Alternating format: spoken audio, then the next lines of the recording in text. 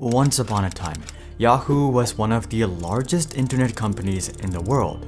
They offered everything from search and email to weather and stocks. They were basically the Google of the late 1990s and early 2000s, with a monstrous valuation of $125 billion way back then.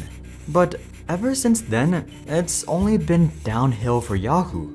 Yahoo only pulls in a mere fraction of the internet traffic that they used to, and this has translated to underwhelming stats across the company. At this point, they don't even control 3% of the search engine market, which is 3 times less than even Bing. And it's a similar case with email as well. They're no longer even a public company, and they keep getting tossed around from one owner to another for pennies on the dollar. In fact, Apollo Funds recently bought Yahoo and AOL, both of whom were once $100 billion companies, and other businesses, all for just $5 billion. But more than all of that, likely the worst omen for Yahoo is public perception. I don't think people necessarily have a negative view of Yahoo, but at the same time, it's not positive either. If you ask the average person about Yahoo, their response would probably be along the lines of, "Oh yeah, they used to be really big back in the day. I think I still have a Yahoo email from back then, but I don't use it anymore." In other words, the general public has very much moved on from Yahoo, and most would point to Google as being the biggest reason for Yahoo's downfall.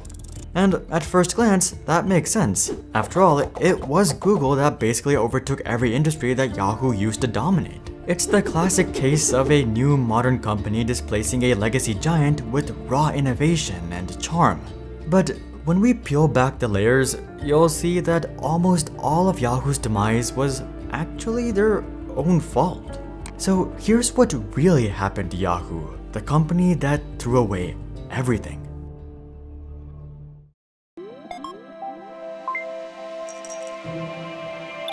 To understand what really happened to Yahoo, we first have to understand how they even became successful in the first place. Usually, when we talk about dying companies on this channel, we're talking about some legacy electronics company that was founded in the 60s or 70s or even the early 1900s. But Yahoo doesn't exactly fit this profile. If anything, Yahoo is more of a new age company, having not been founded till 1994. Yahoo actually has a very similar origin story to Google. You know how Google was founded by 2 Stanford graduate students, Sergey Brin and Larry Page, in the 1990s? Well, Yahoo was also founded by 2 Stanford graduate students, Jerry Yang and David Fillo, in the 1990s. Yahoo even had a crappy original name, just like Google. It was originally called Jerry and David's Guide to the World Wide Web. As the name suggests, Yahoo started off as a way to better navigate the World Wide Web, but not by searching. Instead, Yahoo was more of an online phone book. It was basically just a massive directory of websites.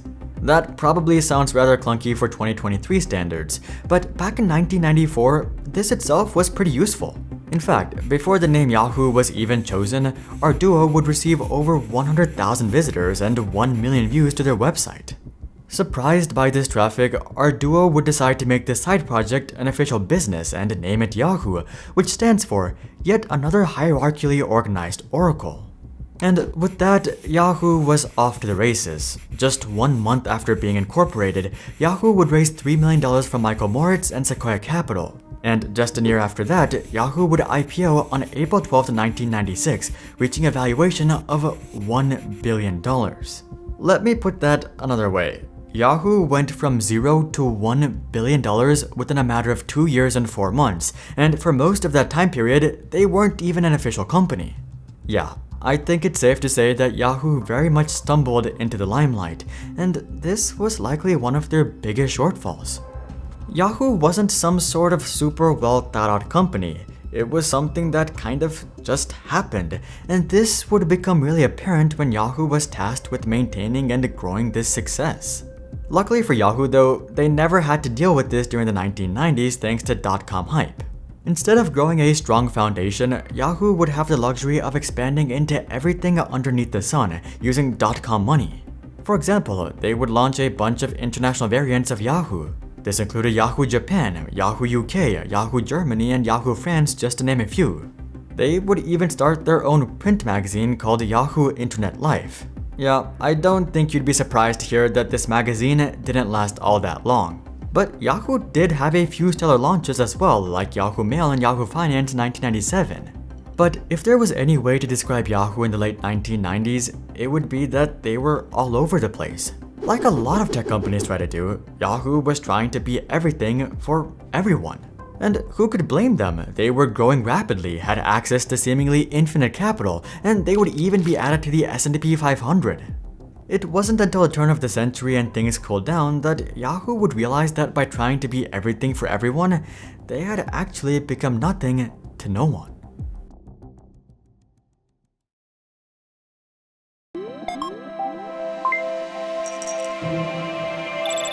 Being all over the place and lacking focus was just half the story though.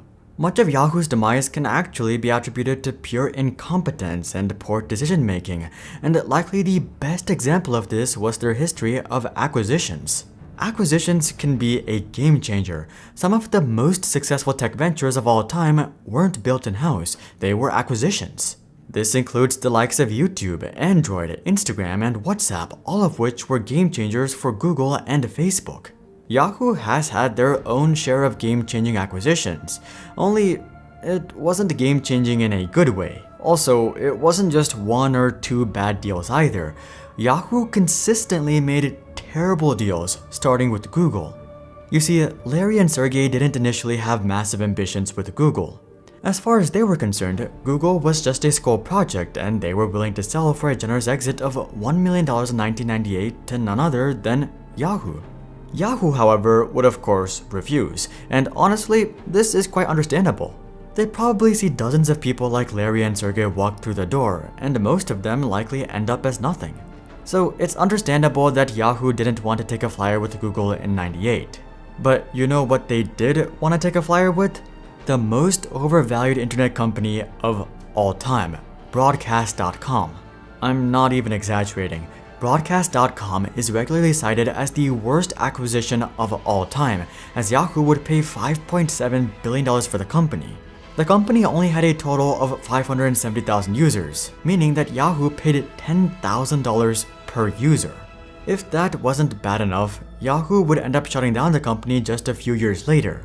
And that was just the most notable example. Yahoo also blew $3.6 billion on GeoCities, $1.63 billion on Overture, $1 billion on Tumblr, and $850 million on Right Media. Clearly not a very strong track record, but honestly, the deals that Yahoo missed out on are even more notable. Remember how they missed out on Google in '98? Well, that was just the first time that they missed out on Google. It turns out that they would somehow get a second chance in 2002, and they would blow it once again. This time, Google was no longer just a college project, it was a legitimate business that was rapidly eating up Yahoo's market share. Yahoo realized this and would offer to buy Google for $3 billion. Google would counter with $5 billion, but Yahoo was not willing to budge. For perspective, Google would reach $100 billion just 3 years later. Alright, maybe Yahoo is just unlucky when it comes to Google. If another winner walked through the door, surely they would pounce, right? Well, Google isn't the end of the story because Yahoo also missed out on Facebook in 2006, and this one was the saddest of them all actually. Everything was good to go. Both parties had agreed to an acquisition for $1.1 billion. But at the last second, Yahoo would reduce their offer to $800 million and Zuckerberg would walk away. In other words, Yahoo has lost out on trillion-dollar opportunities on 3 separate occasions. I'm just kidding. After all, this is Yahoo we're talking about. In 2013, Yahoo had the opportunity to buy either Tumblr for $1.1 billion, Hulu for $1.3 billion, or Netflix for $4 billion. Yahoo would end up choosing Tumblr, while Netflix became the best performing stock of the decade. To be honest, I didn't even know that this was within the realm of possibility. They literally passed on 3 FANG companies on 4 separate occasions while simultaneously making the worst acquisitions of history. It's actually wild. They somehow managed to perfectly pick all the losers and miss out on all the winners. Sounds a lot like your average Joe trying to day trade, and honestly, that was pretty much what happened. Yahoo was led by extremely intelligent people, but not exactly strong business people. Google actually had the exact same problem. Larry and Sergey are some of the smartest people in the world, but they weren't all that great at being CEOs. And that's why they hired a career businessman named Eric Schmidt to be CEO, and Eric is really the guy who made the business side of Google work. Yahoo, however, didn't have Eric, and they would continuously blow it year after year.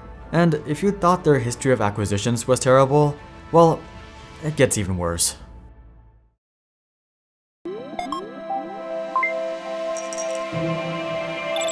Despite all of their blunders and shortcomings, Microsoft, who was desperate to fight against Google, would offer to buy out Yahoo in 2008 for $45 billion.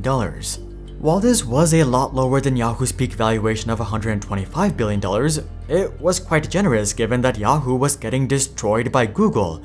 But Yahoo didn't see it this way. They saw it as an under market value offer, so they would decline the deal, and this basically sealed their fate. Yahoo would continue getting destroyed by Google over the next decade, and they would eventually be bought out by Verizon for a measly $4.5 billion. Today, Yahoo is still around and they still have a decent user count just because of how big they were back in their glory days. But make no mistake, Yahoo is a shell of their former selves, and what happened to them is really quite a shame. Yahoo basically accidentally stumbled upon a gold mine in the 90s, but they didn't exactly know how to manage all this newfound wealth. They ended up expanding into every sector under the sun while not doing any of them all that well. This would have been the end for most companies, but thanks to dot-com funding and hype, they were able to overcome these massive mistakes. They had a golden second opportunity to really double down on their core products and audience, but they never did that, and Google would end up eating their lunch. Now, this would have surely been the end for basically all companies, but Yahoo had even more opportunities. First, there was Google, then Google again, then Facebook, then a bailout from Microsoft, and then Netflix. Yet, Yahoo would pass on all these opportunities, only to end up being bought out by Verizon for $4.5 billion. And honestly, Yahoo has no one to blame but themselves. You know how 70% of lottery winners end up going bankrupt within a few years? Well, that's exactly what happened to Yahoo. They got insanely lucky, but without the right business mindset, they just weren't able to keep up their success despite having every opportunity to do so. Another company that threw away everything is Xerox. Check out this video to learn more, but until then, I'm Hari, and I'll see you guys on the next one.